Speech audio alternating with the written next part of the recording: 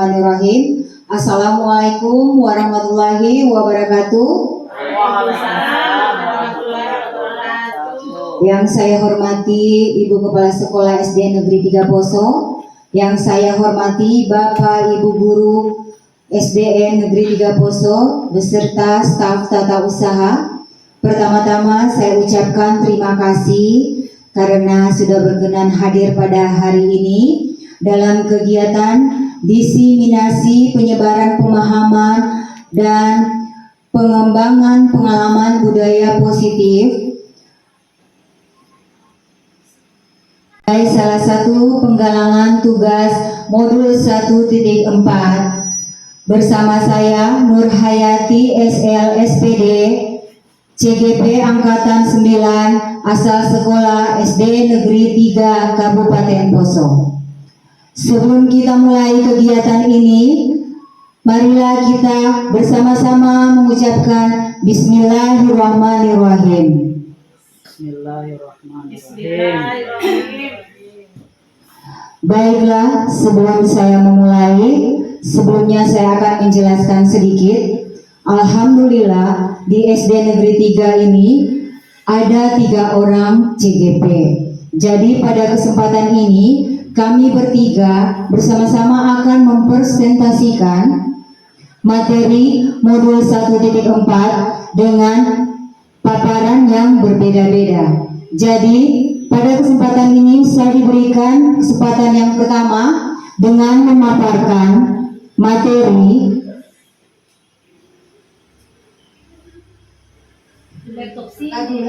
Tiga. ya, baiklah, rancangan tindakan aksi nyata kita yaitu menumbuhkan nilai-nilai budaya positif di sekolah.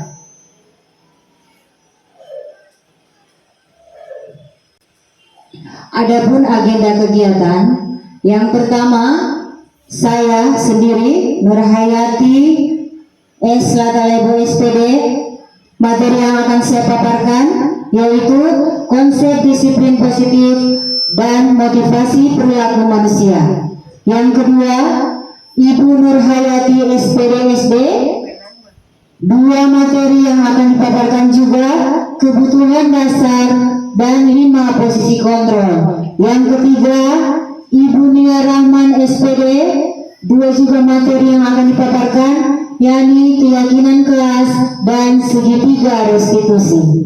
Salah satu tanggung jawab seorang guru adalah bagaimana menciptakan suatu lingkungan positif yang terdiri dari warga sekolah yang saling mendukung, saling belajar, dan saling bekerja sama sehingga tercipta kebiasaan-kebiasaan baik.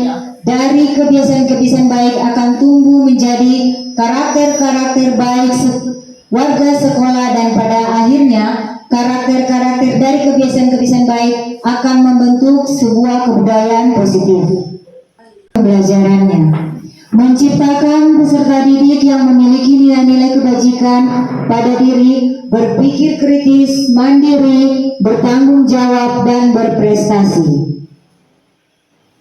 Perubahan paradigma. Untuk membangun budaya positif, sekolah perlu menyediakan lingkungan yang positif, aman dan nyaman agar murid-murid mampu berpikir, bertindak, dan menciptakan dengan merdeka, mandiri, dan bertanggung jawab. Salah satu strategi yang perlu ditinjau ulang adalah bentuk disiplin yang dijalankan selama ini di sekolah-sekolah kita. Pembahasan disiplin kali ini akan meninjau teori yang dikemukakan oleh Diani Gesen. Sebelum kita gali lebih lanjut tentang teori disiplin restitusi dari Diani Gesen, mari menyamakan model berpikir kita tentang disiplin itu sendiri. Lazimnya disiplin dikaitkan dengan kontrol, dalam hal ini kontrol guru dalam menghadapi murid. Konsep disiplin positif. Tujuan dari disiplin positif adalah menanamkan motivasi yang ketiga pada murid-murid kita, yaitu untuk menjadi orang yang mereka inginkan dan menghargai diri sendiri dengan nilai-nilai yang mereka percaya. Ketika murid-murid kita memiliki motivasi tersebut, mereka telah memiliki motivasi intrinsik yang berdampak jangka panjang. Motivasi yang tidak akan terpengaruh pada adanya hukuman atau hadiah. Mereka akan tetap berperilaku baik dan berlandaskan nilai-nilai kebajikan.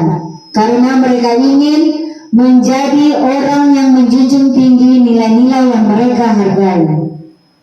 Ya, sebelum saya melanjutkan ini, izinkan saya bertanya, jika kita melihat kata disiplin positif, kira-kira dalam benak Bapak Ibu semua apa yang terpikirkan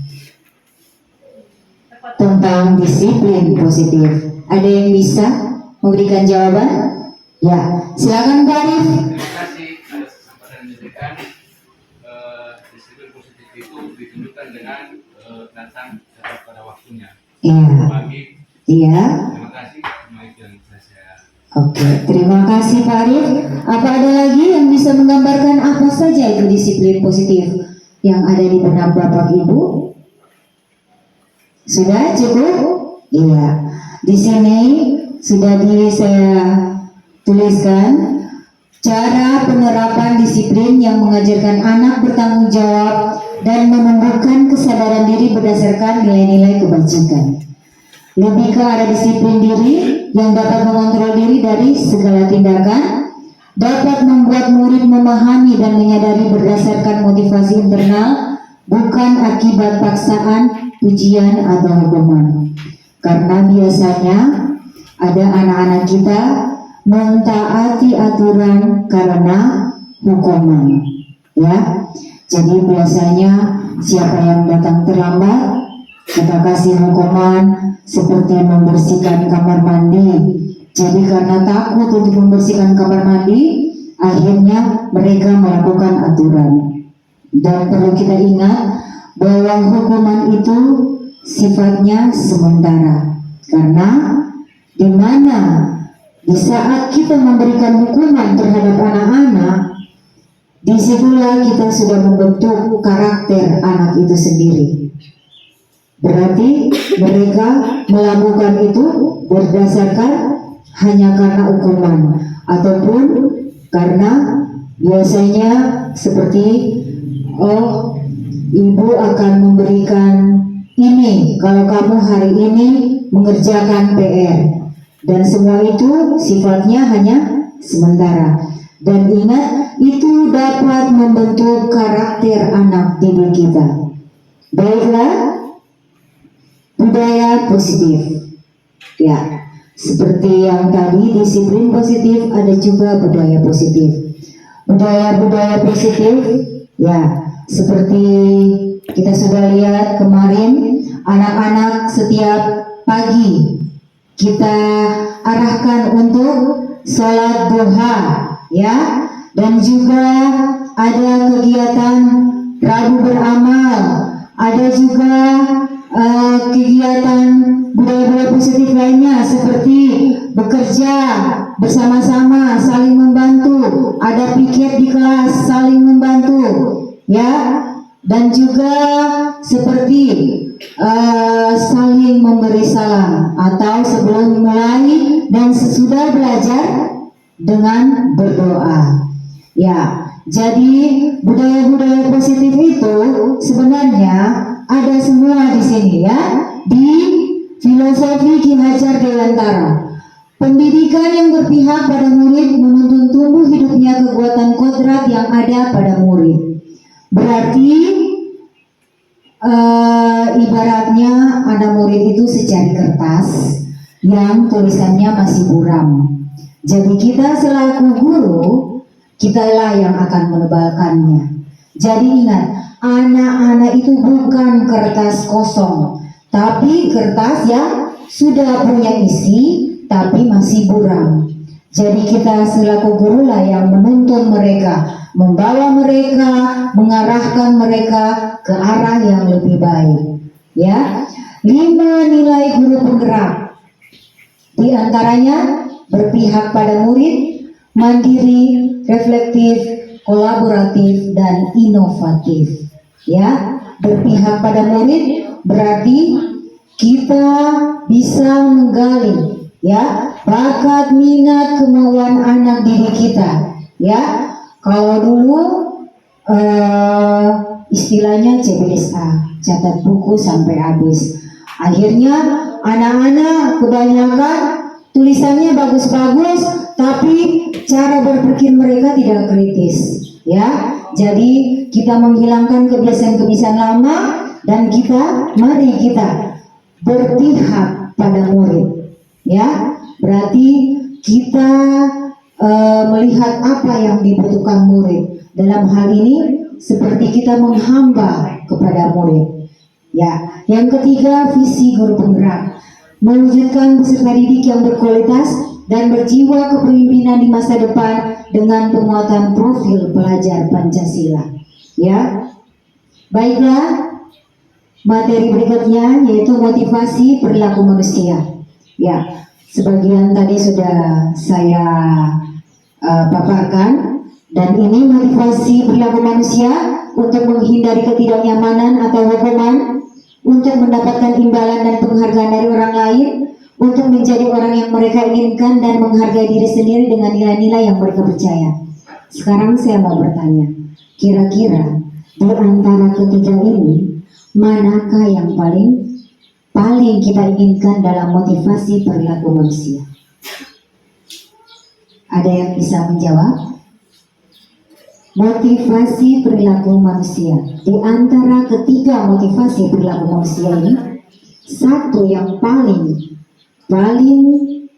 bisa dan paling harus kita pakai dalam motivasi perilaku manusia. Yang ketiga. Iya, yang ketiga. Terima kasih. Untuk menjadi orang yang mereka inginkan dan menghargai diri sendiri dengan nilai-nilai yang mereka percaya ya. Berarti ini adalah keinginan yang intrinsik, yang dari dalam diri, bukan ekstrinsik dari luar. Kalau kita semua sudah memiliki keinginan ini, motivasi perilaku manusia yang intrinsik ini, insya Allah budaya positif di sekolah kita bisa kita terapkan bersama-sama ya. Jadi demikian pemaparan saya pada kesempatan siang hari ini, dan pada sesi tanya jawab saya lihat sudah pada mengantuk. Bagaimana kalau kita sedikit ice breaking dulu ya? Saya mau tanya, ice breaking atau es krim? Sebentar es krimnya nanti sama Bu Masri. Jadi kita ice breaking dulu hari ini. Jadi begini, kalau saya bilang SDM 3 Poso, jawabnya mantap, hebat, yes, yes, yes, ya? Nah, baru kalau saya bilang mau apa kita sama-sama semua bersenang-senang, boleh? Oke, ayo. SDM 3 Poso, mantap, hebat, yes, yes, yes. Ya, ayo semua berdiri dulu supaya lebih semangat, supaya rasa ngantuknya hilang. Ayo. Siapa kita? SDM Negeri 3 Poso, mantap, hebat, yes, yes, yes. Mau apa kita di sini? Bersenang-senang. Ya, oke, terima kasih. Supaya semangat sedikit ya. Oke, baiklah, kita masuk pada yang berikut yaitu sesi tanya jawab. Apakah ada yang mau bertanya? Saya persilakan. Iya, dipersilakan. Cobaan itu apa? Yang mana Ibu Rahmi? Perilaku apa? Manusia itu yang tiga itu. Oh, perilaku, motivasi perilaku manusia. Iya. Yang tiga itu untuk menjadi orang yang mereka inginkan dan menghargai diri sendiri dengan Nilai-nilai yang mereka percaya. pertanyaan saya, Iya. bagaimana peran kita sebagai guru untuk bisa memotivasi perilaku anak bisa menjadi seperti yang poin 3 itu. Ya, terima kasih Ibu Rani. Bagaimana peran kita sebagai seorang guru untuk memotivasi, Ya, untuk menjadi orang yang untuk menjadi orang yang mereka inginkan dan menghargai dan dengan nilai-nilai yang mereka bagaimana tugas kita sebagai seorang guru. Dalam hal ini kemarin di materi 1.4 yang sudah saya pelajari, mungkin akan dijelaskan sama Ibu Niar sama Ibu Kiki Nur. Ada 5 kebutuhan dasar manusia, ada posisi kontrol, ada keyakinan, ada kelas, segitiga, restitusi. Jadi untuk menjadi orang yang mereka inginkan, yang apa yang akan kita lakukan ya sebagai seorang guru, yang pertama seperti saya sudah jelaskan tadi, sebagai seorang guru budaya positif itu penting untuk kita ciptakan dalam sekolah, yaitu seperti kita menanamkan nilai-nilai yang sesuai dengan filosofi pendidikan Ki Hajar Dewantara, dan ada juga yang berdasarkan dengan profil pelajar Pancasila. Ada berapa? 5 profil pelajar Pancasila? Ada 5. Ya. Kalau itu semua, nah kita selaku guru ada tahapan-tahapannya, ada 6. Minta maaf, salah. Ya, ada 6 profil pelajar Pancasila. Yang saya ingat adalah 5 Pancasila. Padahal yang dimaksud adalah 6 profil pelajar Pancasila. Jadi disinilah tugas kita sebagai seorang guru untuk berusaha dengan cara bagaimana kita menanamkan pada anak didik kita untuk mereka mempercayai apa yang nilai-nilai yang kita berikan kepada mereka. Seperti begini, ketika kita menghadapi 2 orang anak yang bermasalah, jangan lupa kita di situ minta maaf sebentar, kan ada dijelaskan nanti 5 posisi kontrol. Tapi saya akan menyinggung sedikit. Kemarin-kemarin kita hanya memakai posisi kontrol penghukum paling banyak, saya yakin. Posisi kontrol penghukum, pemantau, dan teman, ya, dan pembuat merasa bersalah.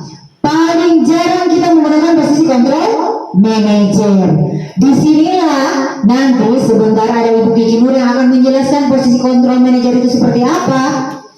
Kelima posisi kontrol itu seperti apa, nanti Ibu Nur Hayati yang akan menjelaskan.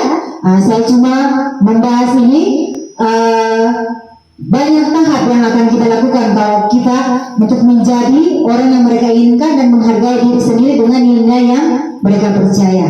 Ya, jadi sejauh itu apakah Ibu Rahmi sudah mengerti?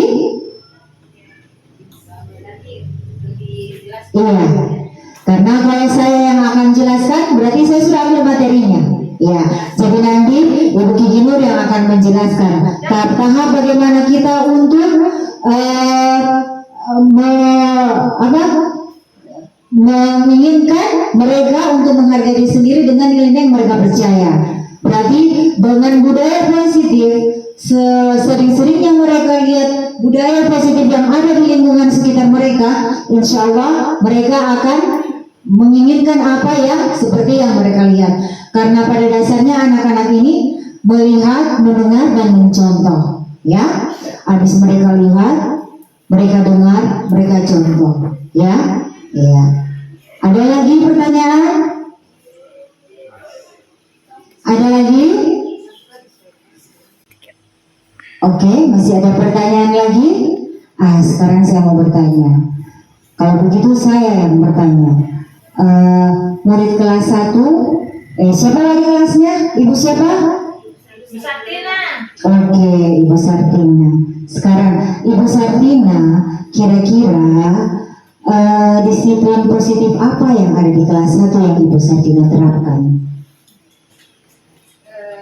Disiplin dalam belajar, Iya, mengikuti pelajaran yang sedang berlangsung, iya, ya, dan mulai anak-anak selalu ribut dalam kelas, iya, selalu bullying teman, iya.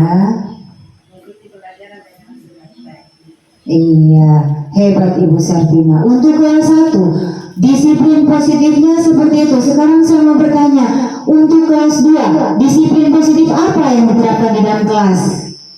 Kalau di kelas 2 hampir sama juga dengan disiplin yang di kelas 1. Iya, Nah, yang paling saya utamakan di kelas 2 itu karena mereka itu harus kita tanamkan ya seperti kedisiplinan sehari-hari di Iya. dalam kelas. iya, Karena mereka kalau kita tidak terlalu, bukan juga terlalu bagaimana ya,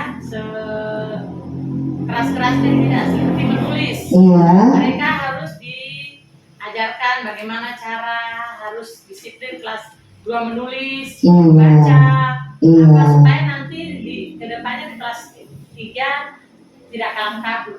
Oke, terima kasih Ibu Nasima. Oke, berarti masing-masing kelas, setiap kelas dari kelas 1 sampai kelas 6 pastinya ada disiplin positif yang telah diterapkan di dalam kelas, ya, berkaitan dengan keyakinan kelas. Pasti masing-masing sudah punya keyakinan kelas, sudah? Oke, jadi keyakinan kelas itu nanti yang akan dibahas oleh teman kita Ibu Nur Hayati juga, ya. Oh, minta maaf, Ibu Nia Rahman, keyakinan kelas. Minta maaf, karena dari awal tadi sudah saya jelaskan bahwa kita di sini ada 3 orang CGP. Jadi materi yang akan kita paparkan ini kita bahagi menjadi 3.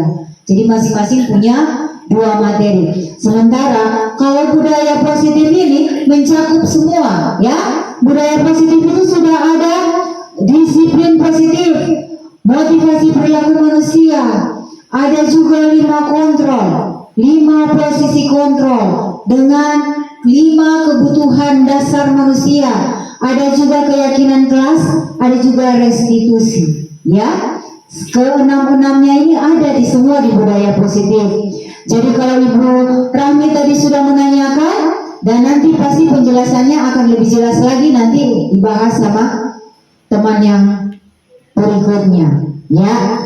Sekarang apa ada pertanyaan lagi? Pas. Sudah pas? Tidak ada lagi? Pertanyaan? Oh, masih ada pertanyaan. Silakan Ibu Eda. Oke, terima kasih. Iya. Yang perlu saya tanyakan itu bagaimana peran guru penggerak dalam menularkan kebiasaan baik kepada guru lain dalam membangun budaya positif yang ada di sekolah. Iya, menularkan, ya. Pada dasarnya semua kita apapun sifat atau karakter kita, tetap yang kita ajarkan adalah kebaikan kepada anak didik kita. Jadi dari awalnya dengan cara Ibu Eda, bisa saya panggil Ibu Eda, saya ajak Ibu Eda, saya bincang-bincang dengan Ibu Eda, saya beritahukan, atau juga bisa saya langsung bertanya pada Ibu Eda, Ibu Eda, kira-kira perilaku atau tindakan saya ini pantas tidak? Dengan masukannya Ibu Eda, saya introspeksi diri dan saya juga memberitahukan kepada Ibu Eda, oh ternyata seperti ini. Dan begitu juga yang sudah saya dapatkan di modul 4 ini, seperti hari ini, yang maksud pertanyaan Ibu Eda ini, hari ini saya memberi imbas kepada teman-teman untuk memberikan sedikit pemahaman tentang budaya positif, ya, supaya budaya positif ini bukan cuma jadi pelajaran bagi saya CGP, tapi bisa kita tanamkan bersama-sama di sekolah kita dengan cara seperti ini. Saya memberikan imbas dan sama-sama kita melaksanakan di sekolah kita. Seperti itu, Bu Eda. Ya, sudah mengerti? Sudah. Ya, terima kasih. Baiklah, kalau sudah tidak ada pertanyaan, saya akan sedikit bercerita tentang disiplin positif yang telah saya terapkan di kelas saya, yaitu kemarin ada permasalahan antara satu orang murid. Murid saya ini, dia termasuk murid yang cerdas dalam mengerjakan tugas. Alhamdulillah, setiap tugas yang dia kerjakan, dia selalu selesainya duluan. Karena sudah selesai dia mengerjakan tugas, ada anak murid yang karena kita selaku guru tidak boleh kita mengatakan anak itu bodoh, ya. Jadi anak yang agak sedikit rendah ilmunya mencontek, ya, dia contek. Akhirnya anak yang cerdas ini marah-marah, murid saya yang cerdas ini marah-marah.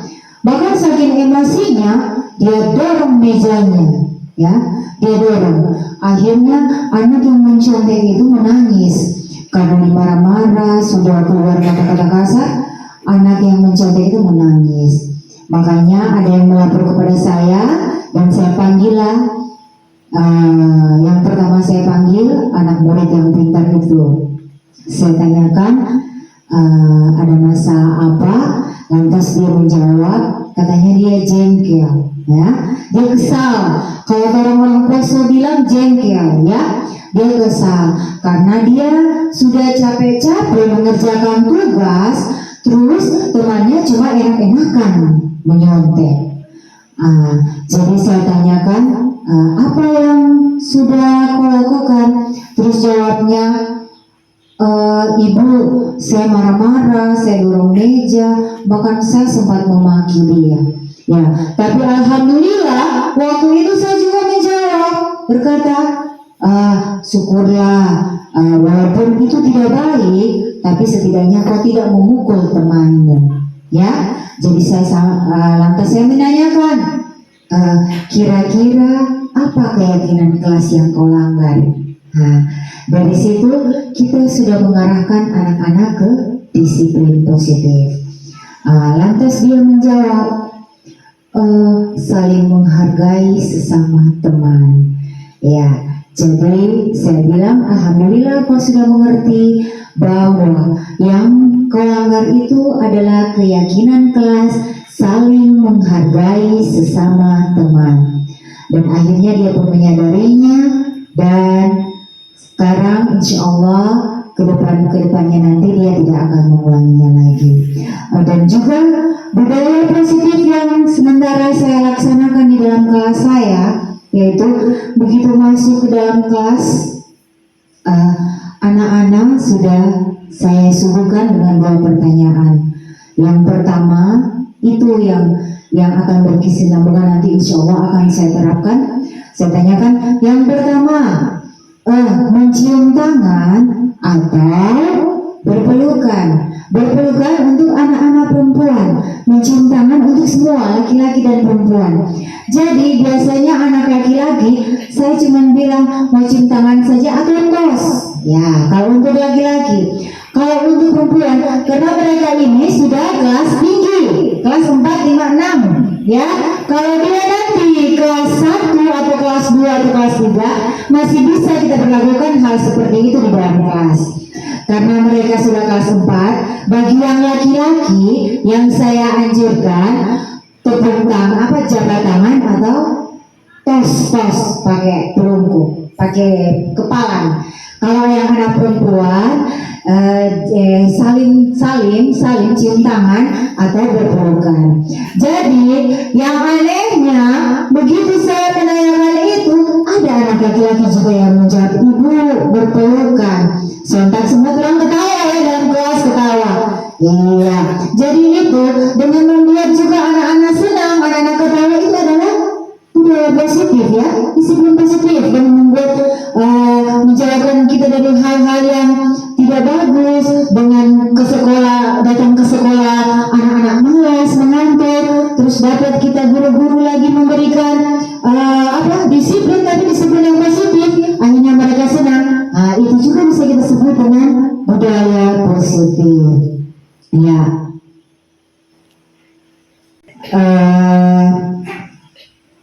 Saya harap teman-teman sudah mengerti dengan paparan yang saya berikan, karena saya yakin semua guru itu adalah orang-orang yang hebat, karena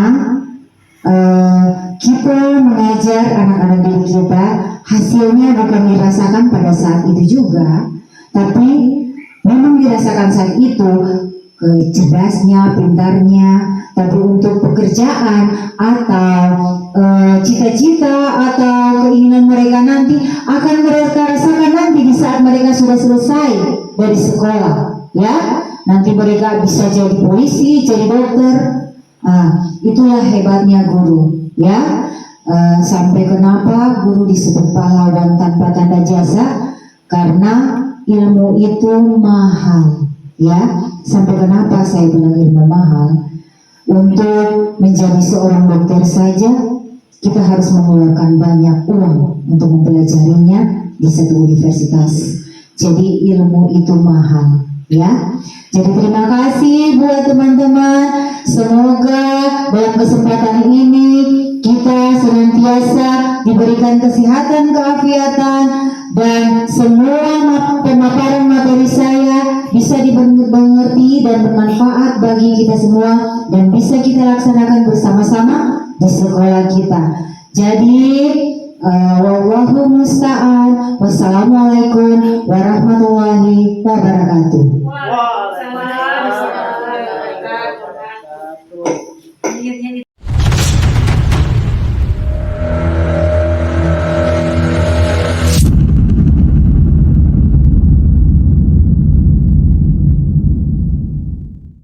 Bismillahirrahmanirrahim.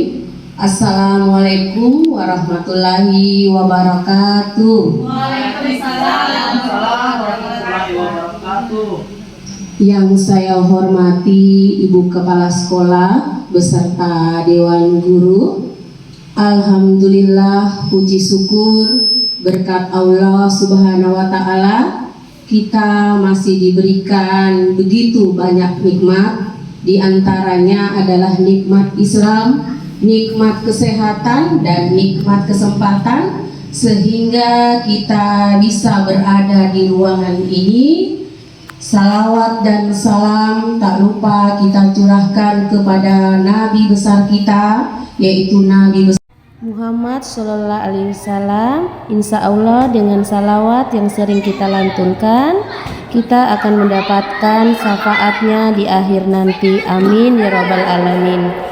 Ya, baik Bapak Ibu Guru, di sini saya dan teman kami berdua, yaitu tujuan kami di sini yaitu hanya sharing atau berbagi ilmu yang kami sudah dapatkan pada pendidikan guru penggerak, ya. Nah, di sini saya akan meneruskan atau menyambung materi yang sudah dibawakan oleh teman kami, yaitu Ibu Nurhayati Saninlatalebo, tentang budaya positif.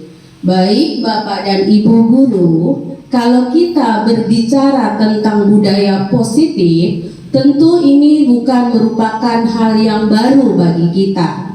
Saya yakin dan percaya bahwa budaya positif itu sudah ada di sekolah kita, dan bahkan juga sudah ada di plafon Merdeka Mengajar, ya. Saya yakin Bapak dan Ibu Guru juga sudah mempelajari, terutama bagi kelas-kelas yang sudah mengajarkan IKM, ya.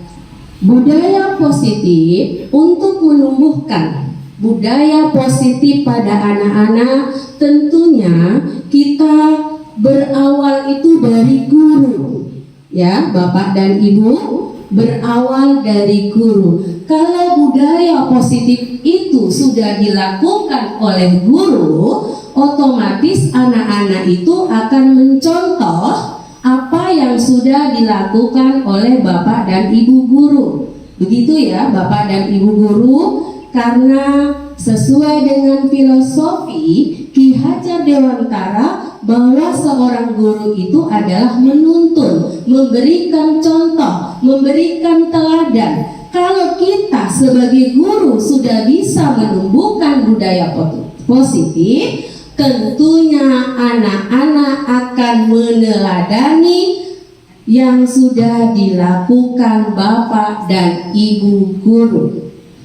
Seperti itu ya. Ya, pada materi yang saya kita bawakan yaitu tentang kebutuhan dasar manusia. Bapak dan Ibu guru, pada dasarnya kita sebagai manusia itu terlahir mempunyai 5 kebutuhan dasar. Kebutuhan dasar itu adalah seluruh tindakan manusia yang memiliki tujuan tertentu. Semua yang kita lakukan adalah usaha terbaik kita. Ya, Bapak dan Ibu guru, ya, di sini ada 5 kebutuhan dasar manusia.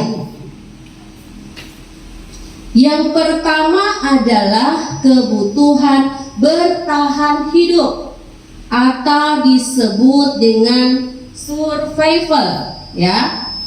Survival. Nah, yang kedua adalah kebutuhan kasih sayang atau diterima. Yang ketiga yaitu adalah kebebasan. Yang keempat adalah kesenangan. Yang kelima adalah penguasaan. Jadi ada 5 kebutuhan dasar pada manusia. Nah, kebutuhan yang pertama yaitu adalah kebutuhan mempertahankan hidup. Itu ya, kebutuhan untuk mempertahankan hidup. Nah, contoh, kita hidup tentunya perlu makan. Kita hidup tentunya perlu sehat. Kita hidup tentunya perlu rumah.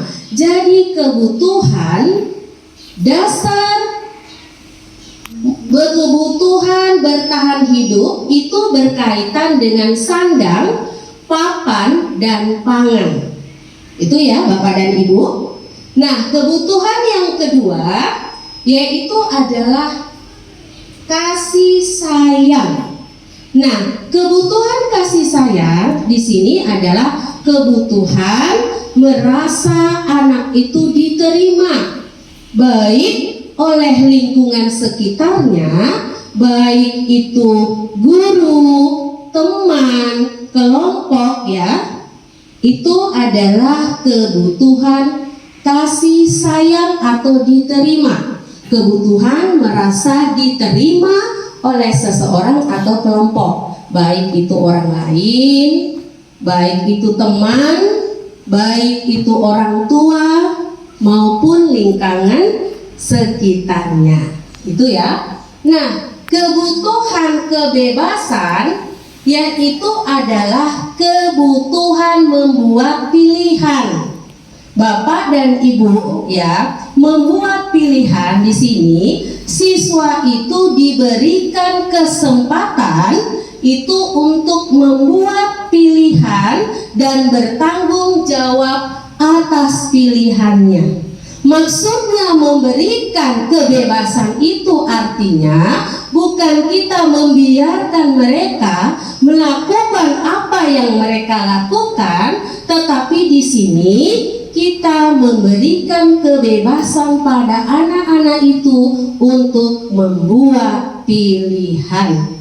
Itu ya Bapak dan Ibu. Kita lanjut yaitu kebutuhan kesenangan. Ya, coba Bapak dan Ibu bayangkan hidup kita ini tanpa rasa senang. Tentu menyedihkan, bukan? Ya, begitu juga di kelas. Jadi jangan Bapak dan Ibu guru menyepelekan rasa senang anak itu di kelas. Ya, jadi Bapak Ibu guru di sini bagaimana kita seorang guru yaitu bisa membuat kelas itu menyenangkan. Itu kebutuhan kesenangan. Nah, kebutuhan penguasaan di sini siswa yaitu semua dasarnya itu pasti dia ingin merasa berkompeten, memiliki keterampilan, ingin dihargai ya Bapak dan Ibu. ya ingin dihargai penguasaan. Di sini anak-anak didik kita itu pasti merasa mempunyai kompeten, ya, berkompeten, yaitu memiliki keterampilan, ingin dihargai, ya. Dan anak-anak yang memiliki kebutuhan dasar penguasaan yang tinggi, anak itu selalu ingin menjadi seorang pemimpin. Itu ya. Jadi Bapak dan Ibu guru, bahwa ada 5 dasar pada manusia. Ada 5 dasar kebutuhan pada manusia. Jadi Bapak Ibu guru, jika kelima kebutuhan dasar pada anak ini terpenuhi, anak-anak itu akan tumbuh dengan baik dan seimbang. Sebaliknya, jika dari 5 kebutuhan dasar pada manusia itu tidak terpenuhi, maka anak-anak itu akan mengalami namanya emosi negatif. Contohnya yaitu seperti dia akan merasa bosan, sedih, kecewa. Jadi Bapak dan Ibu guru, kita sebagai seorang guru itu harus dapat mengidentifikasi 5 kebutuhan dasar anak. Saya ulang Ibu Bapak, bahwa kita sebagai seorang guru itu harus dapat mengidentifikasi 5 kebutuhan dasar anak. Apabila anak itu melakukan tindakan atau perilaku, jadi kita akan tahu, oh, kebutuhan mana yang kita akan penuhi. Seperti itu ya Bapak dan Ibu guru. Nah, di sini untuk menganalisis, ya, untuk menganalisis kebutuhan dasar, ada di sini beberapa contoh kasus, ya. Ya, di sini di slide sudah ada contoh kasus. Nah, dari beberapa kasus ini, kira-kira menurut Bapak dan Ibu guru, mana kebutuhan anak yang harus dipenuhi? Kita lihat pada kasus yang pertama. Contoh kasus yang pertama yang sering terjadi di sekolah, ketika ada anak yang selalu meminta bekal makanan temannya, diketahui ternyata anak tersebut melakukan karena lapar. Hal tersebut terjadi karena orang tuanya tidak memberikan bekal makanan untuknya. Nah, sekarang yang menjadi pertanyaan, kira-kira menurut Bapak dan Ibu guru, pada kasus yang pertama ini, kebutuhan mana yang anak perlu penuhi? Tadi kan saya sudah menjelaskan bahwa ada 5 kebutuhan dasar. Ya, Bapak Ibu guru? Boleh juga kasih saya.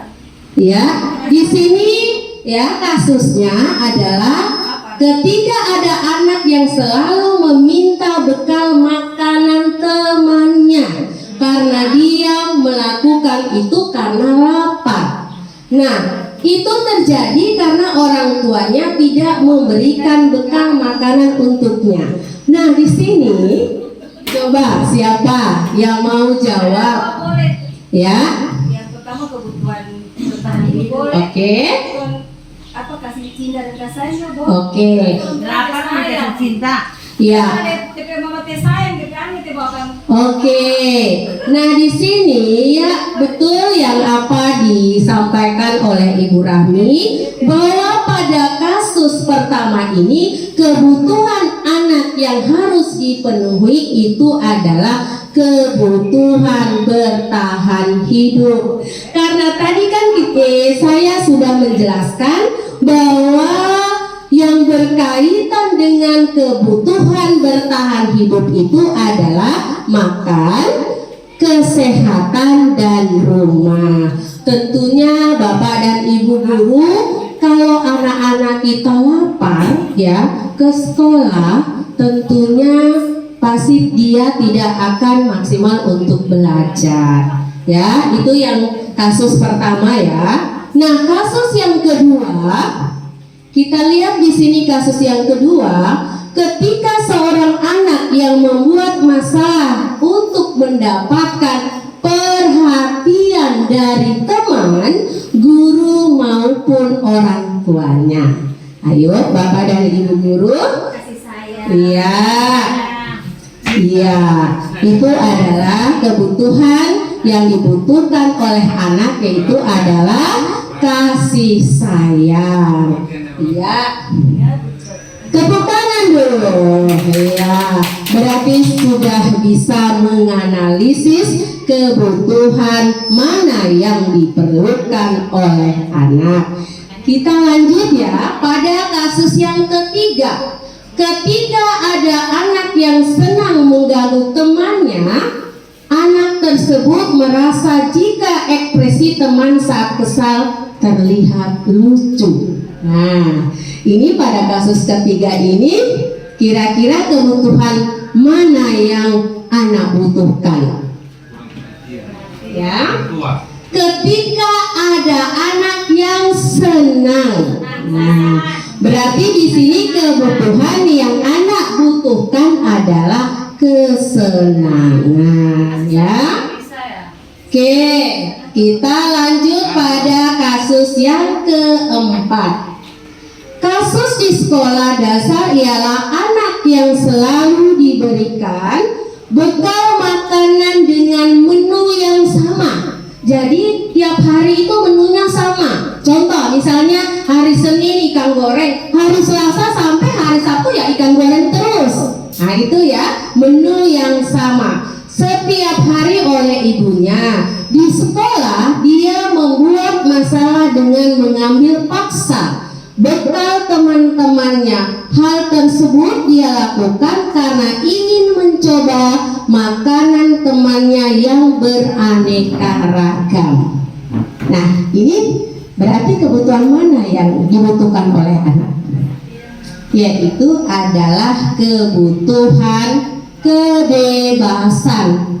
Karena anak ini ingin mencoba makanan yang temannya bawa. Karena setiap hari ya menu yang dibawakan oleh ibunya itu adalah sama. Itu ya Bapak dan Ibu guru bisa dipahami ini? Ya. Oke, berarti kita sudah dapat menganalisis. Itulah mengapa kita sebagai seorang guru harus dapat mengidentifikasi kebutuhan mana yang dibutuhkan oleh anak. Ya, sekarang oke, kita lanjut pada materi berikutnya, yaitu adalah 5 posisi kontrol. Nah, Bapak dan Ibu guru, bahwa William Glasser, dosen itu menyimpulkan ada 5 posisi kontrol. Kelima posisi kontrol yaitu yang pertama adalah penghukum, kedua adalah pembuat merasa bersalah, ketiga adalah teman, keempat adalah monitor atau pemantau, dan yang kelima adalah manajer. Baik Bapak dan Ibu guru, kira-kira kita selama ini menjadi seorang guru, kita berada pada posisi yang mana? Ya, ada yang mengatakan penghukum. Ada lagi? Ya, ada teman. Ya, baik Bapak Ibu guru. Ya, posisi penghukum.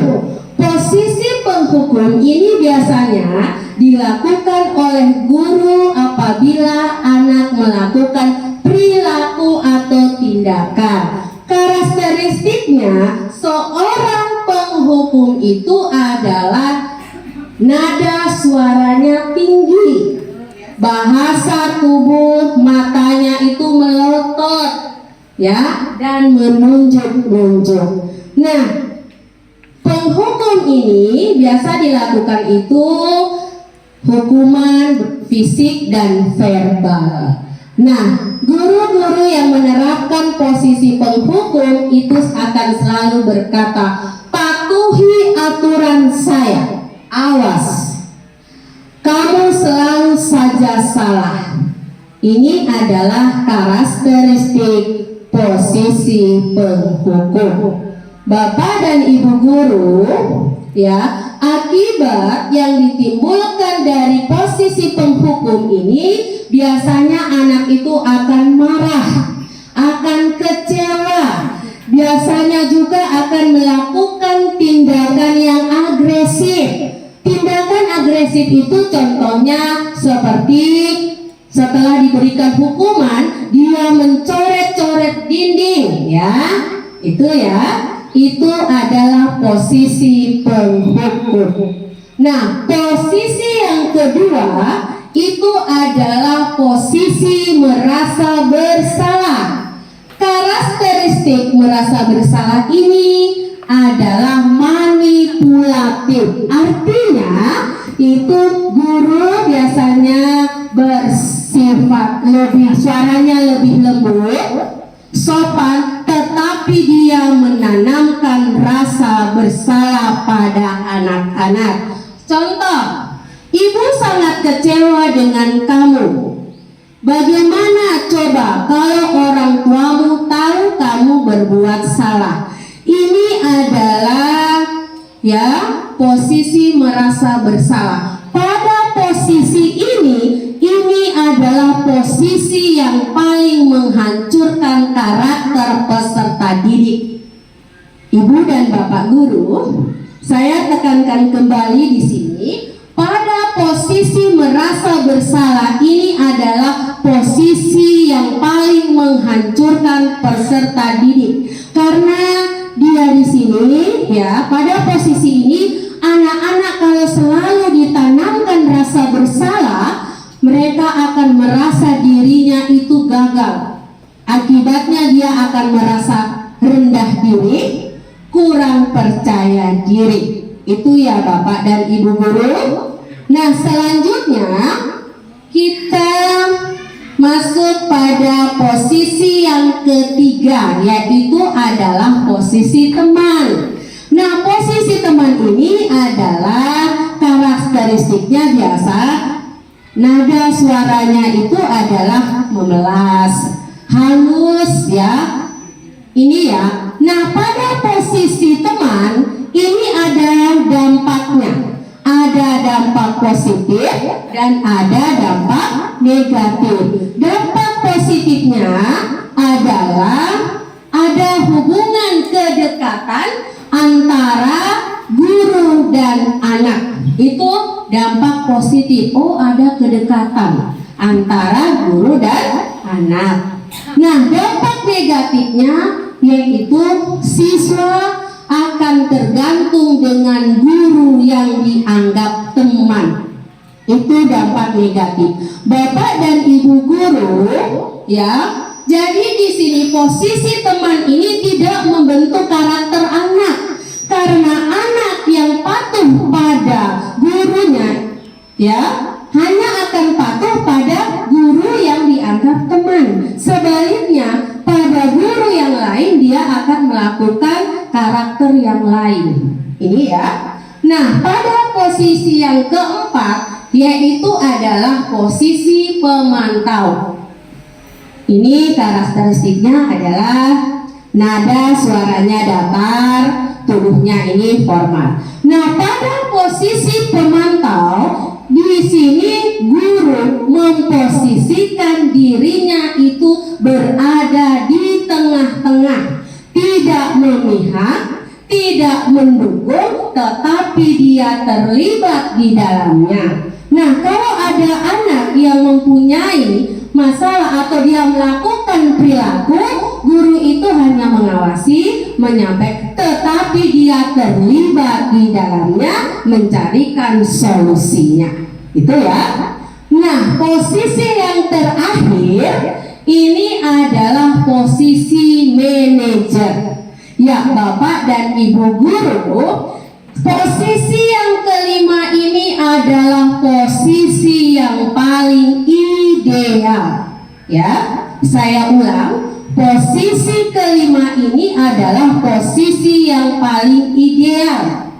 Mudah-mudahan kami bertiga calon guru penggerak yang ada di SDN 3 dan Bapak Ibu guru beserta kepala sekolah juga bisa memposisikan diri sebagai manajer.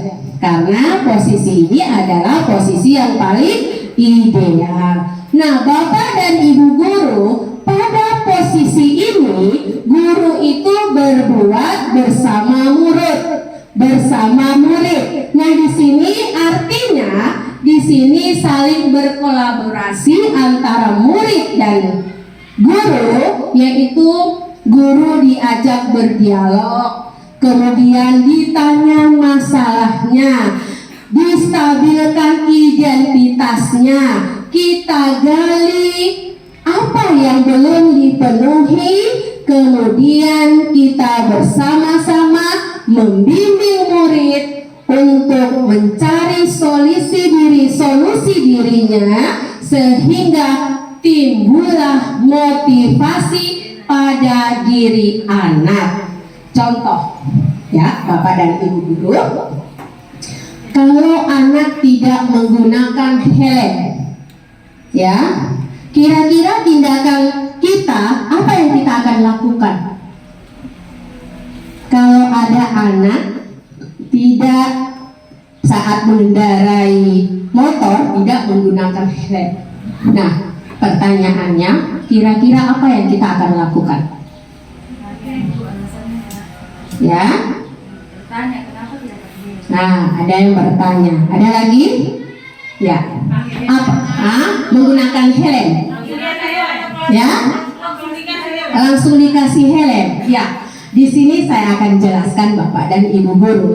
Ketika ada anak yang tidak menggunakan helm, maka tindakan yang kita akan lakukan bukan kita memberikan helm pada anak itu atau menyuruh anak tersebut menggunakan helm. Bukan itu Bapak dan Ibu guru. Tetapi di sini kita memberikan pemahaman pada anak bahwa nilai yang perlu ditanamkan pada anak bahwa kalau tidak menggunakan helm itu adalah nilai keselamatan. Baik, Bapak dan Ibu guru bisa dipahami ini? Jadi nilai yang perlu kita tanamkan bahwa menggunakan helm itu adalah nilai keselamatan. Jika anak tersebut meyakini bahwa menggunakan helm itu adalah untuk keselamatan, maka seumur anak tersebut dia akan membawa karakter itu. Oh, berarti menggunakan helm itu adalah untuk keselamatan. Bisa dipahami di sini Bapak dan Ibu guru? Oke, itulah 5 posisi kontrol. Mudah-mudahan kita di sini ya bisa merubah apa yang selama ini kita lakukan, yang biasa sebagai penghukum. Insya Allah ke depannya kita bisa pada posisi manajer. Oke, Bapak dan Ibu guru. Nah, untuk lebih memahami, di sini saya akan menampilkan beberapa video tentang posisi kontrol.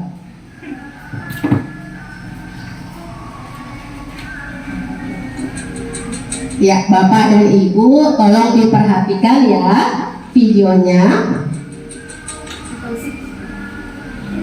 Bukan situ saja speaker yang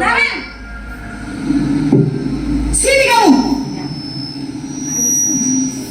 Selamat pagi, Bu. Selalu terlambat. Kamu deh pasti terlambat. Maaf, Bu. Saya Apa coba? Alasan kamu apa lagi? Kapan sih kamu tidak terlambat?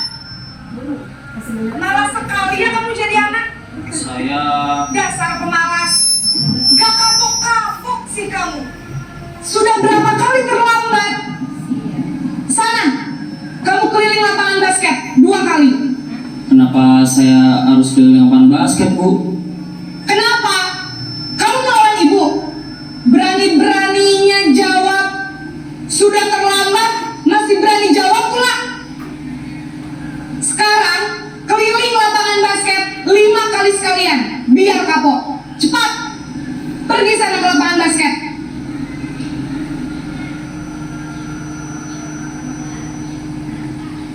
Ya, itu tadi video yang menampilkan posisi penghukum. Kira-kira seperti itu ya Bapak dan Ibu. Bisa dipahami di sini? Ya. Kita lanjut pada video yang kedua.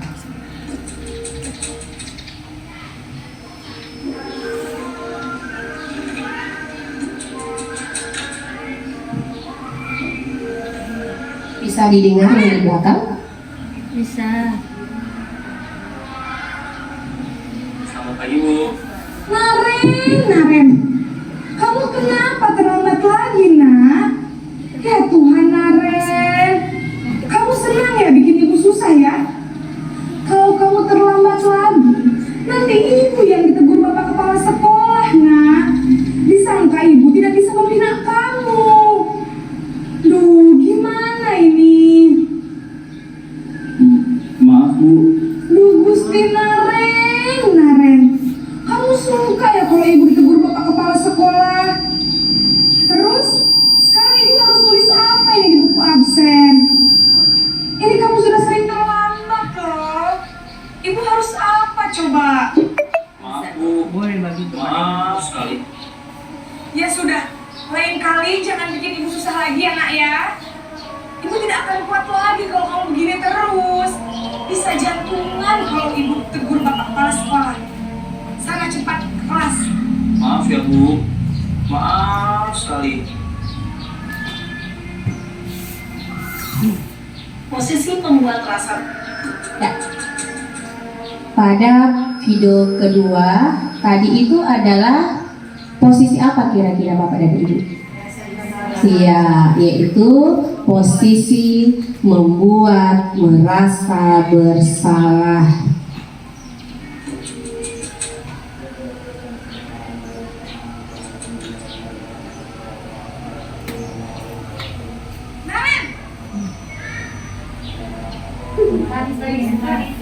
Naren, Naren, apa peraturan sekolah kita tentang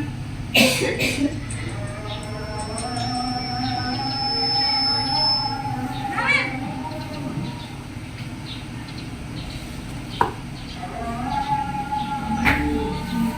Wah, sudah jam berapa ini, nak? Lama lagi ya, sayang. Iya, Bu.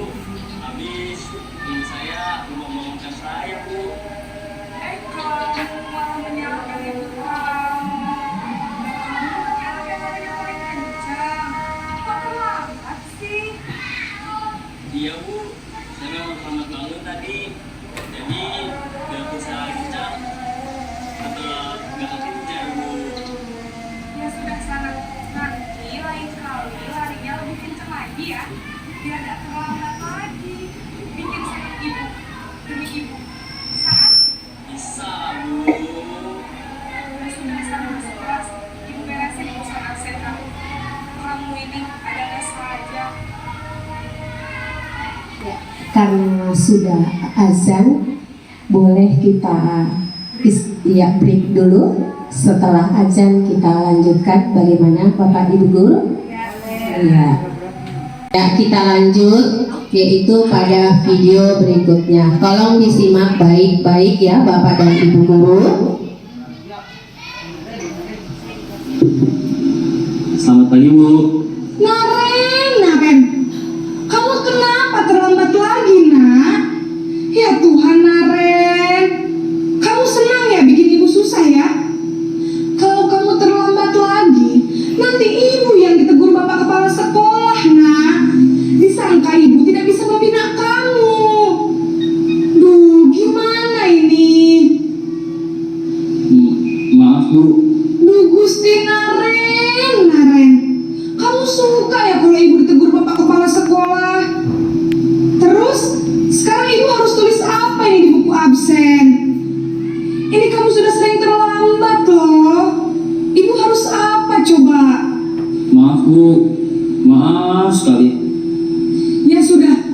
Lain kali jangan bikin ibu susah lagi ya nak ya. Ibu tidak akan kuat lagi kalau kamu begini terus. Bisa jantungan kalau ibu tegur bapak kepala sekolah. Sana cepat ke kelas. Maaf ya Bu, maaf sekali.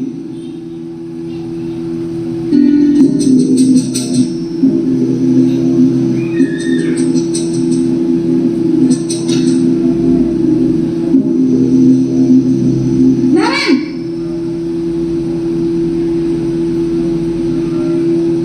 Selamat pagi Bu. Naren, apa peraturan sekolah kita tentang jam berapa kita harus masuk sekolah nak? Kita harus di sekolah jam 7 Bu. Iya betul, sekarang sudah jam 7.20. Naren sudah tahu konsekuensinya jika terlambat hadir. Paham Bu, saya harus tinggal kelas pas jam istirahat selama 20 menit. Iya benar, konsekuensinya demikian. Jadi nanti jam 9.30 pas istirahat, kamu harus tinggal di kelas, kerjakan tugas tambahan untuk ketertinggalan kamu, ya? Baik Bu. Pada video keempat ini adalah pada posisi apa Bapak dan Ibu? Pada posisi pemantau ya. Pada posisi pemantau. Nah, yang kelima ini adalah video terakhir. Tolong disimak baik-baik ya Bapak dan Ibu guru.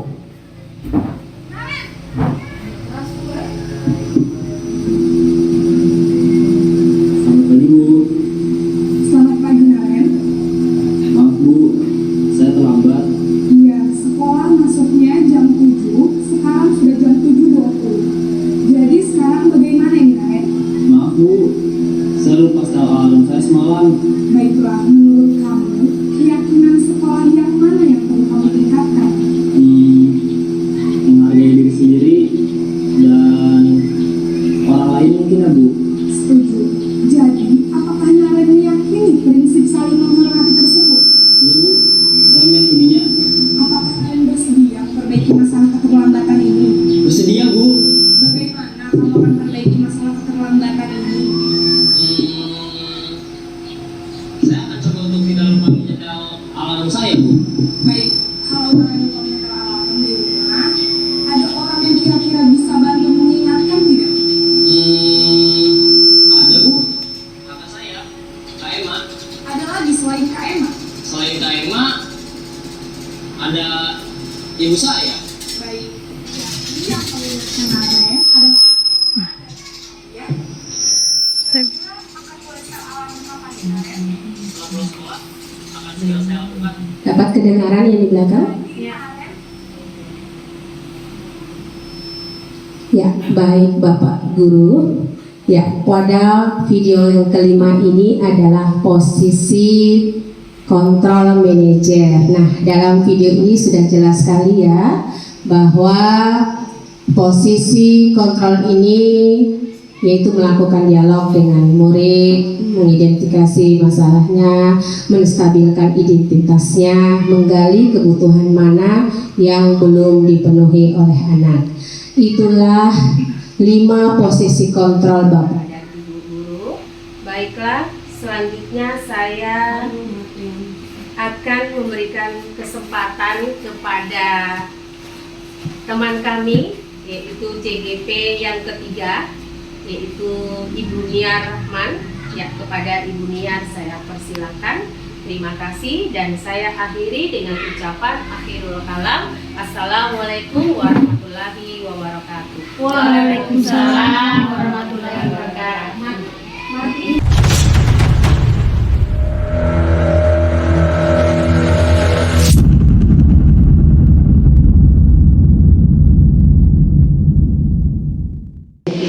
Assalamualaikum warahmatullahi wabarakatuh. Ya, terima kasih kepada kepala sekolah serta dewan guru yang ikut berpartisipasi pada kegiatan hari ini. Ya, puji syukur atas kehadiran Allah Subhanahu wa taala kita diberi kesempatan, kesehatan hingga bisa berkumpul di ruangan ini, dapat melakukan kegiatan hari ini. Ya, saya perhatikan teman-teman pada mulai mengantuk. Kita ice breaking dulu, ya, karena sebelum saya mau memaparkan materi yang saya tadi teman sudah berjalan dua teman rekan saya mengeluarkan materi masing-masing. Ya, kita ice breaking dulu. Saya mau ice breaking tentang yang lagi viral, yang tentang clue-nya itu bumi itu bulat. Pasti sudah pernah lihat di TikTok atau di-share di FB, ya. Ingat clue-nya ya? Ya, Ibu Guru.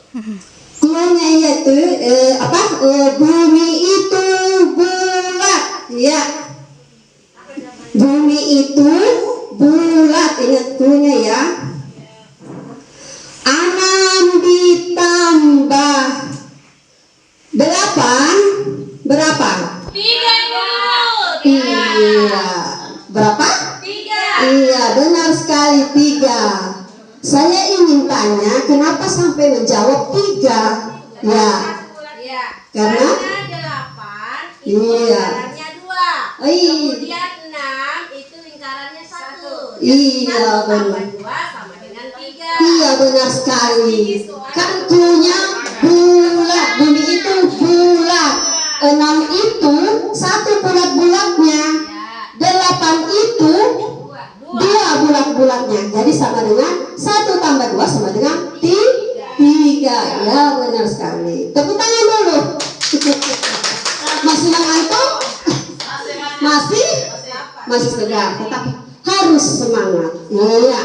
Terima kasih. Selanjutnya ya, tadi rekan saya CGP 2 orang sudah memaparkan masing-masing tentang budaya positif. Sekarang kesempatan saya lagi untuk memaparkan ya tentang keyakinan kelas, ya. Tentunya di setiap kelas sudah ada keyakinan kelas, ya. Kalau dulu itu adalah apa? Kesepakatan kelas, ya. Tapi sekarang adalah keyakinan kelas, ya. Keyakinan kelas itu, ya, setiap tindakan atau perilaku yang kita lakukan di dalam kelas dapat menentukan terciptanya sebuah lingkungan yang positif, ya. Dari semua pembahasan yang tadi yang teman paparkan ini ujung-ujungnya positif, positif dan positif. Keyakinan kelas itu juga dibuat untuk yang hal positif, ya. Saya lanjut ya. Mengapa keyakinan kelas? Mengapa tidak peraturan kelas? Ya, ya. Pertanyaan berikutnya adalah mengapa kita memiliki peraturan tentang penggunaan helm? Tadi helm sempat dibahas tentang helm ini. Tapi yang tentang kalau keyakinan kelas ini pada saat mengendarai motor ya roda 2, kemungkinan jawaban Anda itu adalah nilai kebajikannya adalah tentang keselamatan. Nilai kebajikannya itu adalah keselamatan, ya. Pertanyaan berikut, tentunya kalau orang pakai helm, ya, tujuannya pasti kalau ada apa-apa kan ingin selamat, ya. Kepalanya kalau terbentur otomatis kalau ada helm apa? Aman, ya. Selanjutnya pertanyaan berikut, ya. Mengapa kita memiliki peraturan tentang penggunaan masker dan mencuci tangan setiap saat? Mungkin jawaban Anda adalah kalau nilai kebajikannya adalah kesehatan. Nilai kebajikan yang terkandung tentang memakai masker, mencuci tangan setiap saat itu adalah kesehatan, ya. Nilai kebajikannya adalah kesehatan. Nilai-nilai keselamatan atau kesehatan inilah yang disebut sebagai suatu keyakinan, ya, keyakinan, ya. Nilai-nilai kebajikan atau prinsip-prinsip universal yang disepakati bersama, ya. Lepas dari latar belakang suku, negara, bahasa maupun agama, ya. Pembuatan keyakinan kelas itu ya harus terlepas dari ini ya, latar belakang suku, negara, bahasa maupun agama. Itu menurut dosen ya. Suatu keyakinan akan lebih memotivasi seseorang dari dalam ya, memotivasi seseorang dari dalam sehingga memunculkan kesadaran untuk menaati itu keyakinan ya. Seseorang akan lebih tergerak dan bersemangat untuk menjalankan keyakinannya daripada hanya sekedar mengikuti serangkaian peraturan ya.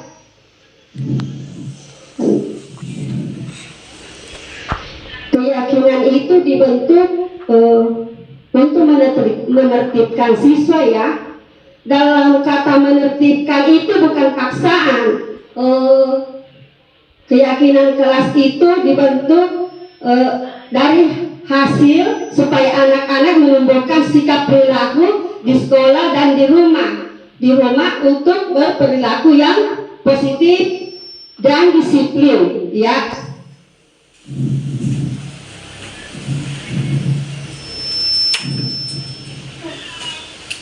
Ya. Ini adalah tentang cara pembentukan keyakinan kelas ya. Ini pembentukan keyakinan kelas ya. Baik, pembentukan keyakinan kelas harus bersama-sama dengan seluruh warga kelas ya. Guru di sini sebagai fasilitator ya dengan warga murid dalam kelas. Jadi harus duduk sama-sama membentuk itu keyakinan kelas ya. Dalam bentuk kelas itu pertama, keyakinan kelas bersifat lebih abstrak daripada peraturan yang lebih rinci dan konkret ya. Dua, keyakinan kelas berupa pernyataan-pernyataan universal ya. Tiga, pernyataan keyakinan kelas senantiasa dibuat dalam bentuk positif. Biasanya kan kita membuat keyakinan kelas itu kalau dulu tidak boleh terlambat ya, tidak boleh terlambat. Itu kalimatnya harus dipositifkan ya. Tidak boleh kata pakai terlambat, tidak atau jangan ya. Ya, tidak boleh.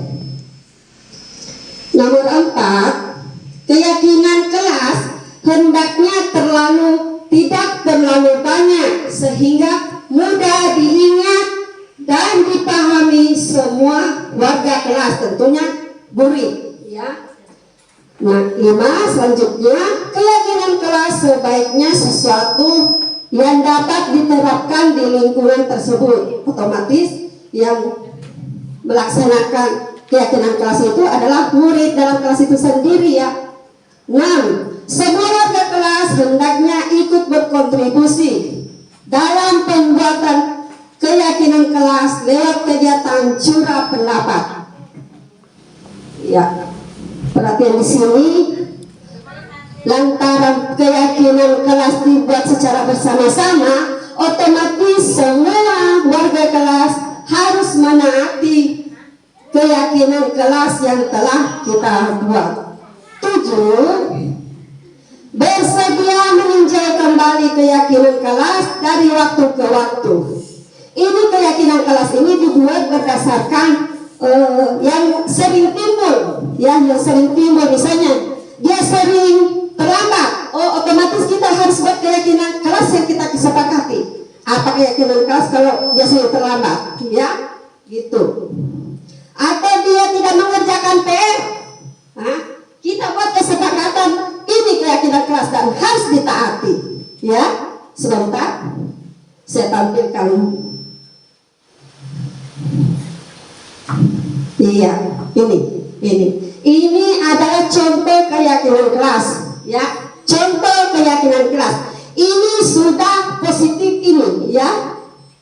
Kadang-kadang kalau dulu kita buat kesepakatan kelas, tidak boleh mengejek.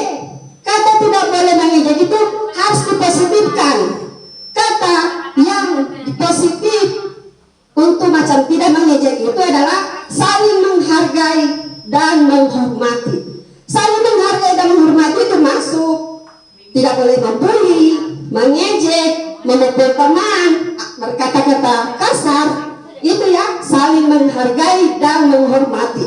Tidak ditulis di situ, tidak boleh mengejek, ya. Teman-teman paham tentang ini keyakinan kelas? Iya, dia masuk di situ, saling menghargai dan menghormati. Ya. Nomor 2, berkata baik dan jujur. Kira-kira kalimat negatifnya apa di situ? Ini kan sudah dipositifkan. Kalau macam ini, berkata baik, yang baik dan jujur. Hah? Tidak boleh berbohong. Iya. Berkata-kata kasar. Iya itu. Ya masuk di situ.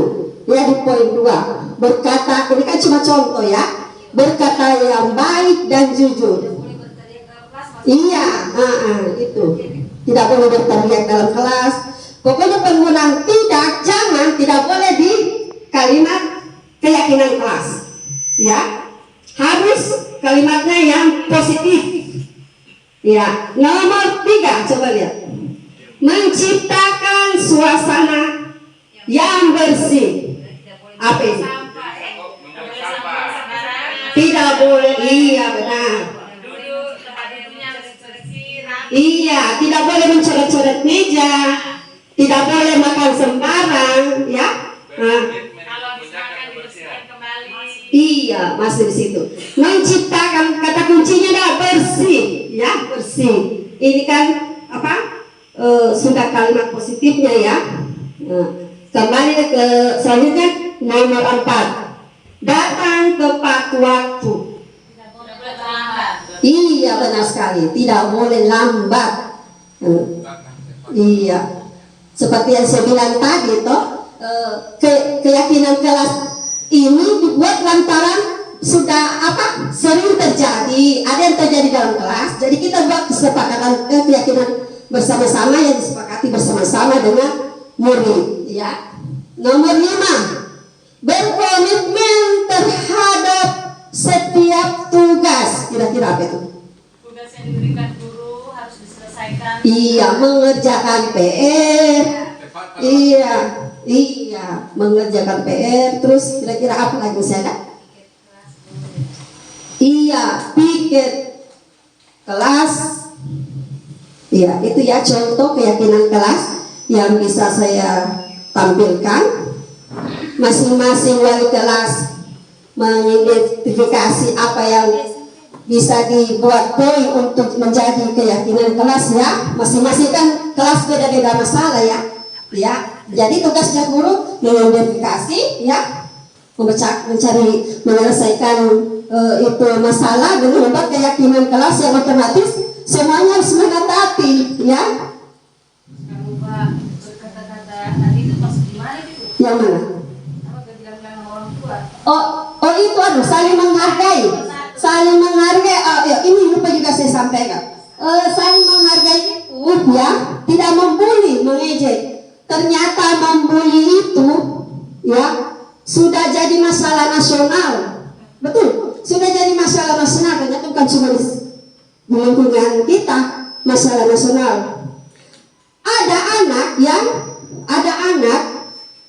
cuma disebutkan saja nama orang tuanya langsung marah, rendah diri, tidak terima apa yang teman ucapkan, padahal cuma sebutkan orang tuanya ya. Jadi di situ pentingnya kita berkolaborasi dengan orang tua ya. Kita harus berkolaborasi dengan orang tua ya. Orang tua harus memberikan kita sharing dengan orang tua, menyampaikan kepada orang tua, berikan pemahaman kepada anaknya.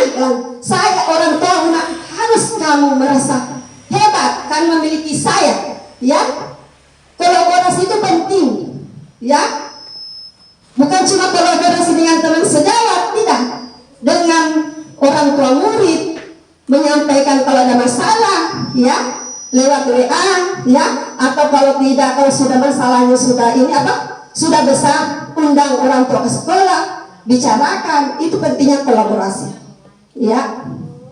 Itu betul, membuli dengan mengejek itu sudah jadi masalah nasional. Kalau di apa? Lanjut ya. Ya, sekarang materi yang saya mau bawakan itu adalah segitiga restitusi. Ya, ini tadi keyakinan kelas. Sekarang segitiga restitusi. Ya, restitusi. Sebenarnya, ya, yang disampaikan teman tadi itu dari Bu Nur Hayati, ya, 5 posisi kontrol itu, ya, sebelum saya tahu istilahnya, oh ternyata saya begini terhadap murid saya, ternyata saya begini terhadap murid saya. Baru sekarang kita kenal istilahnya, betul tidak yang saya bilang? Baru kita kenal istilahnya, padahal kita sebenarnya sudah melakukan itu, ya. Sebenarnya kita pasti pernah manajer, pernah penghukum, pernah pembuat merasa bersalah, pasti sudah, ya. Tapi baru kita tahu istilahnya, ya. Ya, sekarang segitiga restitusi ini adalah proses, ya, proses menciptakan, ya, menciptakan kondisi murid, ya, untuk memperbaiki kesalahan mereka sehingga mereka bisa kembali pada kelompok mereka dengan karakter yang lebih kuat, ya. Restitusi juga adalah proses kolaboratif yang mengajarkan murid untuk mencari solusi, ya. Restitusi itu mencari solusi, ya, memecahkan masalah, ya, solusi untuk masalah, dan membantu murid berpikir tentang orang seperti apa yang mereka inginkan dan bagaimana mereka harus memperlakukan orang lain. Jadi memperlakukan orang lain, ya, berarti cara murid itu bersikap terhadap orang lain, temannya kah, kepada guru kah, ya. Nah, restitusi membantu murid menjadi lebih memiliki tujuan, ya, disiplin positif, dan memulihkan dirinya setelah berbuat salah, ya. Itu adalah fungsinya restitusi, ya, ya. Penekanannya bukanlah pada bagaimana berperilaku untuk menyenangkan orang lain, ya, atau menghindari ketidaknyamanan, ya. Namun tujuannya adalah menjadi orang yang menghargai nilai-nilai kebajikan.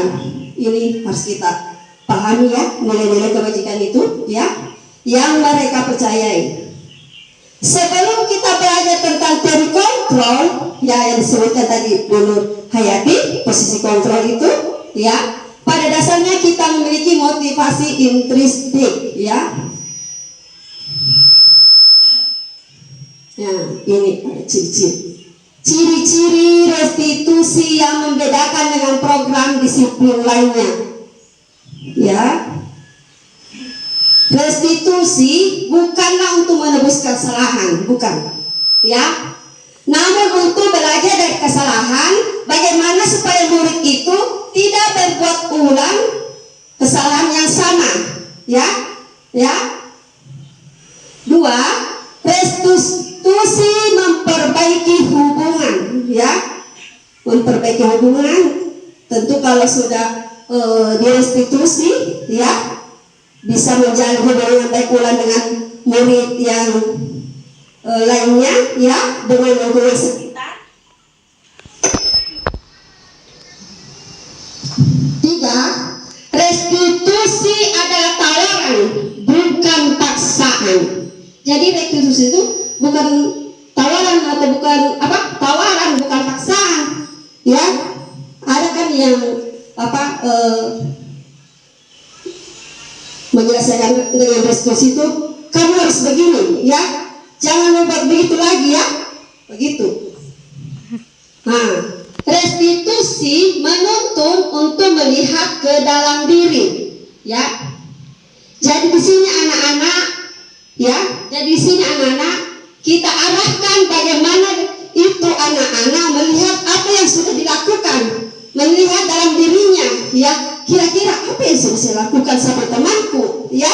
Misalnya membuli, kenapa? Apa yang sudah saya lakukan sama temanku? Kenapa saya sudah mengejek? Dia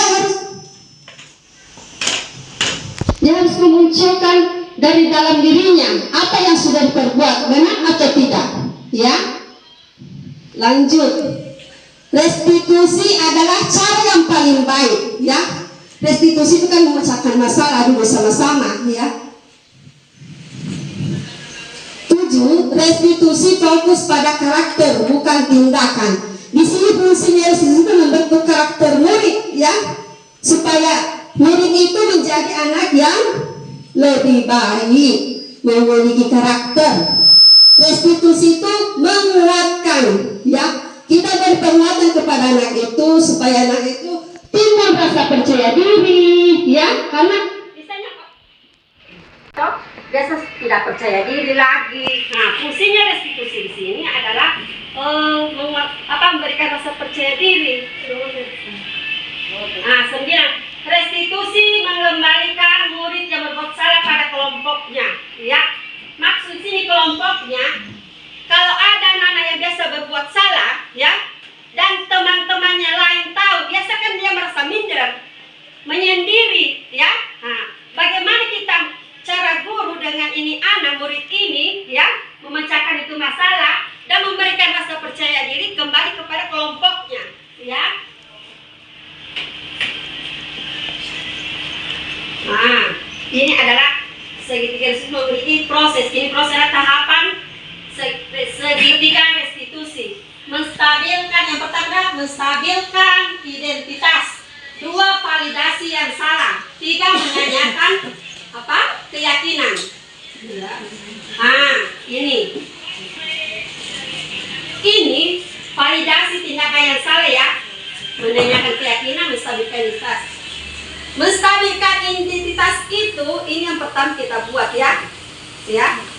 Bagaimana guru biasanya bertanya di sini? Setiap orang pasti pernah melakukan kesalahan, ya. Itu katanya. 2. Kamu bukan satu-satunya yang pernah melakukan kesalahan. Itu adalah menstabilkan suasana, anak-anak merasa tidak tertekan, tidak merasa tidak percaya diri, ya.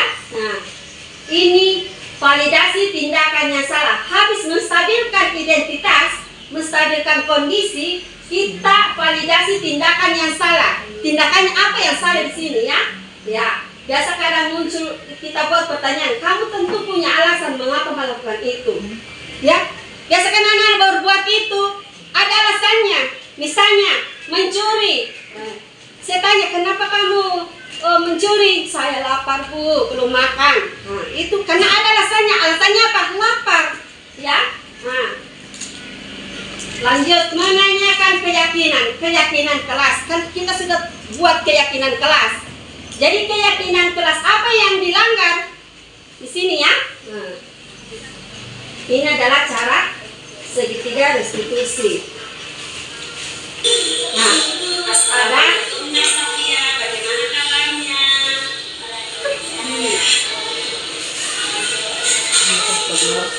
Apakah Nasabia tahu kenapa dipanggil? Dia mau ketahui. Ibu mendapat laporan kalau Nasabia menulis CV. Itu tidak memiliki mencari siapa yang salah. Di sini yang diinginkan di sini menyelesaikan permasalahan ini. Berbuat salah itu tidak apa-apa, Nasabia. Ibu juga pernah berbuat salah. Saya di sini posisi manajer, ya. Manajer.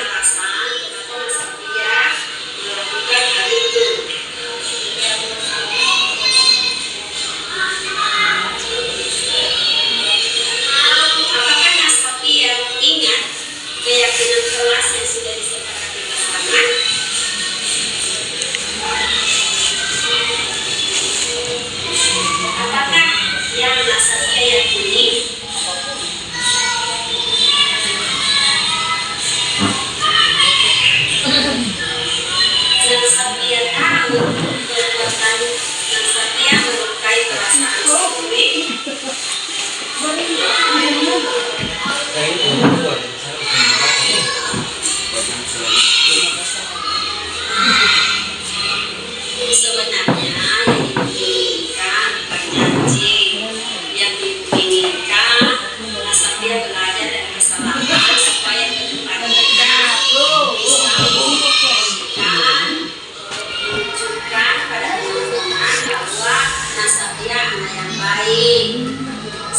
Satria sanggup melakukan itu.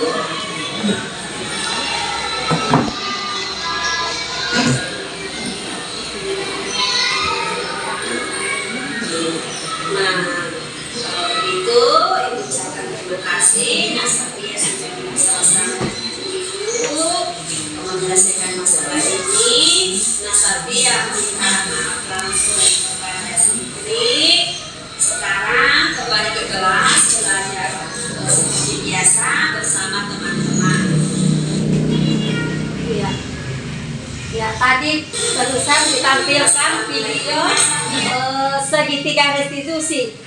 Kasus yang di dalam video itu adalah kasus membuli, ya, membuli. Posisi kontrol yang saya pakai pada saat itu adalah manajer, ya, karena seperti yang Bu Nur Hayati sampaikan tadi itu, posisi kontrol, ya, yang paling ideal adalah manajer, ya, dan pemerintah sudah tekankan, ya, disampaikan oleh Presiden dengan pendidikan guru penggerak ini, mulai dari sekarang kita membiasakan posisi kontrol itu adalah manajer, ya, ya, karena posisi kontrol lainnya, ya, apalagi penghukum itu dampaknya besar sekali. Biasa kita penghukum, praktekan di sekolah kita sendiri, penghukum biasa ada orang tua tidak terima, datang ke sekolah marah-marah, anaknya begini-begini. Karena lantaran biasanya kita menghukum kelewatan. Saya pernah alami itu, ada orang datang saya, karena saya menghukum sudah kelewatan dan saya akui memang saya salah. Serta saya belajar di guru penggerak ini, ternyata oh begini, baru saya dapat oh begini, seharusnya guru begini. Nah, ini guru penggerak ini pemerintah kembangkan, memang guru itu harus melakukan perubahan, ya, perubahan. Mulai dari sekarang harus melakukan perubahan, ya, karena anak murid itu sesuai filosofi KHD, ya, menuntun anak sesuai kodratnya, kodrat alam dan kodrat zaman. Kodrat zaman itu kita mengikuti zaman. Zaman sekarang tidak boleh zaman dulu, kalau dipukul anak murid orang tuanya tidak protes. Kalau sekarang diciput sedikit dilapor. Nah, jadi ditekankan sekarang guru-guru harus mulai belajar dengan posisi kontrol sebagai manajer. Ya, teman-teman yang saya hormati, sekolah, ya, tentunya menciptakan untuk mewujudkan karakter anak-anak tidak semudah membalikan telapak tangan. Bukan hari ini kita berbuat langsung ada perubahan, tidak, ya, tidak. Pasti melewati proses, ya, proses yang panjang, melewati tahapan, ya. Sama dengan saya ikut guru penggerak ini, pelan-pelan saya ikuti apa yang saya dapat. Tapi bilang mau berubah langsung yang ke bagus, tidak. Saya harus melewati proses, saya harus melewati tahapan. Begitupun juga ke murid, ya. Tidak langsung itu serta melakukan 1-2 kali berubah, tidak, ya. Jadi kita selalu harus tanamkan, ya. Tidak berhenti, kita harus menuntun. Kita itu andaikan petani menanam. Bagaimana supaya itu tanamannya subur? Dikasih pupuk, dikasih keluarkan itu hama-hama, rumput-rumput liar. Sama dengan kita, guru bagaimana supaya anak itu pintar, ya? Ya, tentunya memberikan pembelajaran yang terbaik, ya. Jadi tetap kembali ke diri kita sebagai pendidik, tetap harus selalu semangat, ya. Mungkin ada teman-teman yang ingin bertanya tentang materi yang saya bawakan barusan. Silakan. Pas. Iya. Ada 30 lewat. Terima kasih.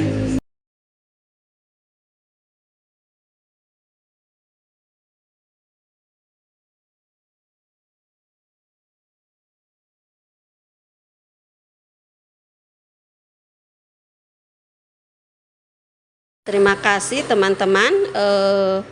Dari hasil pemaparan kami 3 rekan CGP Angkatan 9 ini, kira-kira apa yang yang ditangkap ya, yang dipahami dari hasil pemaparan kami.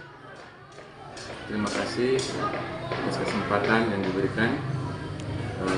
Setelah saya mengikuti pemaparan tadi, ada pengalaman yang sangat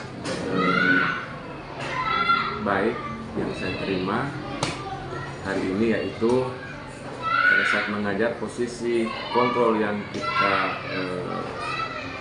gunakan yaitu posisi kontrol manajerial, di mana kita yang mengatur semua, ya, gimana cara melakukan proses dalam pembelajaran. Terima kasih. Assalamualaikum warahmatullahi wabarakatuh. Terima kasih atas kesempatan yang diberikan kepada saya. Saya sebagai wali kelas 2, alhamdulillah dengan adanya guru CGP, wawasan atau ilmu yang saya tidak pernah dapatkan ada, tapi saya sebagai wali kelas selama ini sebelum ada CGP kami mengajar dan mendidik siswa dengan begitu. Jadi sekarang dengan adanya guru CGP, alhamdulillah kita dapat mendapatkan ilmu, karena saya juga sebenarnya mau, cuman mengingat umur dan usia sudah tidak bisa lagi, tapi alhamdulillah teman-teman telah mengimbas pada saya dengan adanya CGP ini. Posisi kontrol dalam kelas saya mengajar, saya bisa menguasai dan memahami bagaimana cara saya mengajar di kelas, bagaimana cara saya menghadapi anak-anak, dan bagaimana cara saya harus memberikan pelajaran kepada anak. Terima kasih kesempatan yang diberikan kepada saya, dan terima kasih kepada guru. Terima kasih. Saya kembali ucapkan terima kasih kepada sekolah yang sudah berikan dukungan dengan fasilitas yang ada, dengan rekan sejawat yang sampai dari tadi pagi ini sudah melewati duhur masih tetap duduk di sini menyelesaikan kegiatan hari ini. Terima kasih. Assalamualaikum warahmatullahi wabarakatuh. Waalaikumsalam warahmatullahi wabarakatuh.